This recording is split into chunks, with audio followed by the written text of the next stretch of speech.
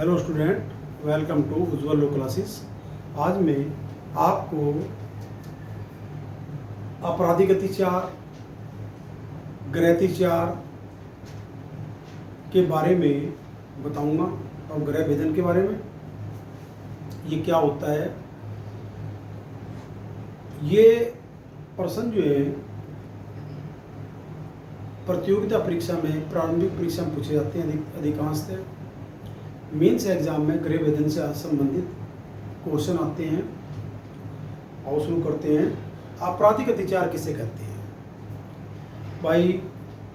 जब कोई व्यक्ति किसी दूसरे व्यक्ति की संपत्ति में या उस पर, यानी कि संपत्ति में या उस पर जो किसी दूसरे व्यक्ति के कब्जे में इस आशय से प्रवेश करता है कि कोई अपराध करे, यानी कि एक व्यक्ति दूसरे व्यक्ति की संपत्ति में या संपत्ति पर इस आशय से प्रवेश करता है कि वह वहां कोई अपराध करे, या किसी व्यक्ति को जिसके कब्जे में ऐसी संपत्ति है उसको अभित्रास, अपमानित या क्षोभ उत्पन्न करे, तो वह व्यक्ति आपराधिक अत्याचार करता है। या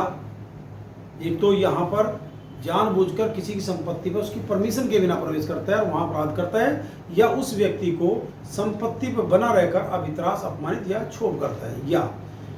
अभियुक्त जो है यहाँ उस संपत्ति पर या संपत्ति में विधि पूर्वक रूप से प्रवेश करता है और वहां रह करके अपराध करता है, या उन व्यक्तियों को जिनकी भूमि पर वह विधि पूर्वक रूप से प्रवेश किया था अभित्रास, अपमानित या क्षोभ करता है, तो वह व्यक्ति यहाँ पर आपराधिक अत्याचार का अपराध करता है। जैसे कि एक समिति है और समिति ने एक स्कूल जो है का संचालन कर रखा। वहां पर जब क्लास चलती है सुबह से शाम तक, जिस समय भी स्कूल का टाइम टेबल होगा, और प्रबंधक समिति का जो अध्यक्ष है स्कूल में प्रवेश करता है और वहां पर प्रधान अध्यापक और 2 छात्रों की पिटाई करता है, और पिटाई करने के पश्चात प्रधान अध्यापक को यह धमकी देता है कि बाहर आओ, देखूंगा। तो यहाँ वह व्यक्ति आपराधिक अत्याचार करता है, भले ही वो स्कूल की प्रबंधक समिति का अध्यक्ष, उपाध्यक्ष या सदस्य कोई भी हो, क्योंकि जिस समय उसने स्कूल में प्रवेश किया था, स्कूल जो है प्रधान अध्यापक की अभिरक्षा में था। वो संपत्ति उस समय प्रधान अध्यापक की थी, और प्रधान अध्यापक को और छात्रों की पिटाई करना आपराधिक अत्याचार होगा, क्योंकि वहां पर उसने जाकर अभित्रस्त किया, अपमानित किया, या इससे छूट तो हुआ ही, तो ये आपराधिक अत्याचार का अपराध जो इस अध्यक्ष साहब ने समिति के किया है। उसके बाद आता है 442, जिसमें गृह अत्याचार। जो कोई निर्माण तंबू या जलयान में जो मानव निवास के रूप में उपयोग में आ रहा, या उपासना स्थल के रूप में प्रयोग हो रहा, या संपत्ति की अभिरक्षा के रूप में प्रयोग हो रहा, वहां पहुंचकर प्रवेश करके और उसमें बना रहकर आपराधिक अत्याचार करता है, यानी प्रवेश करके या उसमें बना रहकर आपराधिक अत्याचार करता है, तो वह व्यक्ति या अभियुक्त वहां पर गृह अत्याचार करता है। यानी कि निर्माण तंबू या जलयान में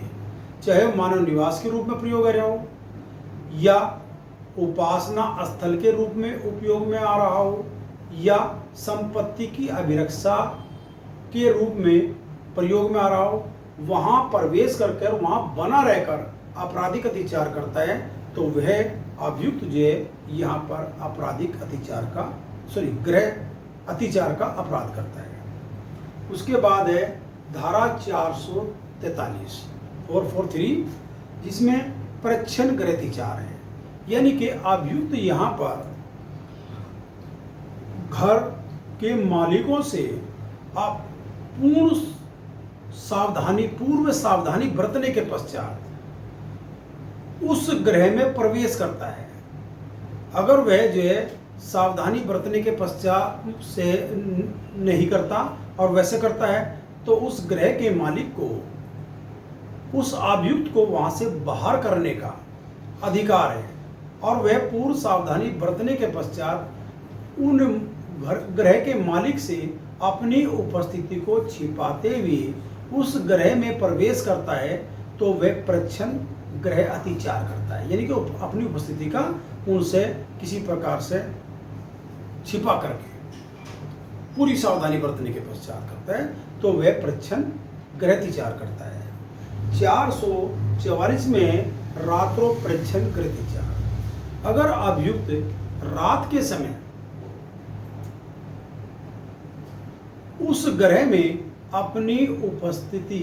यानी कि सावधानी बरतने के पश्चात पूर्व सावधानी बरतने के पश्चात उस ग्रह के मालिकों से अपनी उपस्थिति को छिपाकर रात में प्रवेश करता है तो वह रात्रो प्रच्छन्न गृह अतिचार करता है। 445 है गृह भेदन, जो कि गृह अतिचार का गंभीरतम रूप है। इसमें जो है जब कोई अभियुक्त गृह अतिचार करता है, यदि वे उस गृह में प्रवेश करके या उस गृह से बाहर इन 6 तरीकों में से किसी तरीके से बाहर निकलता है या उसमें प्रवेश करता है तो वह गृह भेदन करता है। इनके आपराधिक अत्याचार है गृह अतिचार किया उसने, लेकिन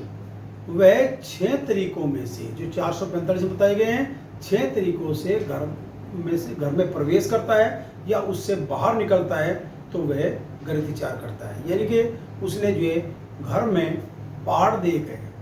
सेंध लगा के उस गृह में प्रवेश किया, सेंध लगाकर, चाहे उसने किया चाहे उसके आर्बिटर ने किया, तो वह गृह भेदन करता है। वह जो है किसी खिड़की से घर में प्रवेश करता है या वह गृह में सीढ़ी लगाकर पहुंचता है या उस ग्रह की चाबी खोई गई थी और उस चाबी को उसने प्राप्त कर लिया, मिल गई उस घर की, और वह जो है उस ग्रह में प्रवेश करता है उस चाबी को ताला खोलकर या उस ताले को खोलकर बाहर निकलता है तो वह गृह भेदन करता है।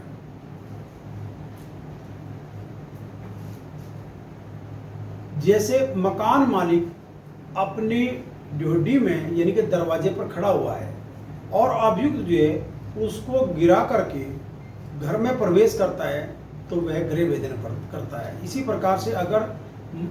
मकान मालिक का नौकर दरबान खड़ा हुआ है और उसको धक्का देकर गिरा करके उस गृह में प्रवेश करता है वह गृह भेदन करता है। वह जो है किसी तार से सिटकनी को खोलता है और गृह में प्रवेश करता है या बाहर निकलता है वह गृह भेदन करता है। यानी कि गृह भेदन हमेशा तभी होगा जबकि अभियुक्त जो है गृह अतिचार करता है 6 तरीकों से, वह उसमें प्रवेश करता है घर में या वहां से बाहर निकलता है, उसके अंतर्गत जो वह गृह भेदन का अपराध करता है।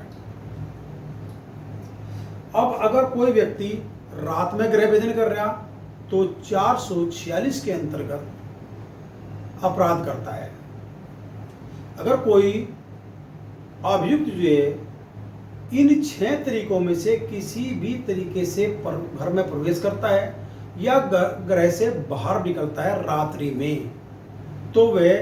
446 में परिभाषित अपराध करता है रात्रो गृह भेदन का। रात्रो गृह भेदन के लिए मैंने अपनी पूरी वीडियो में बताया था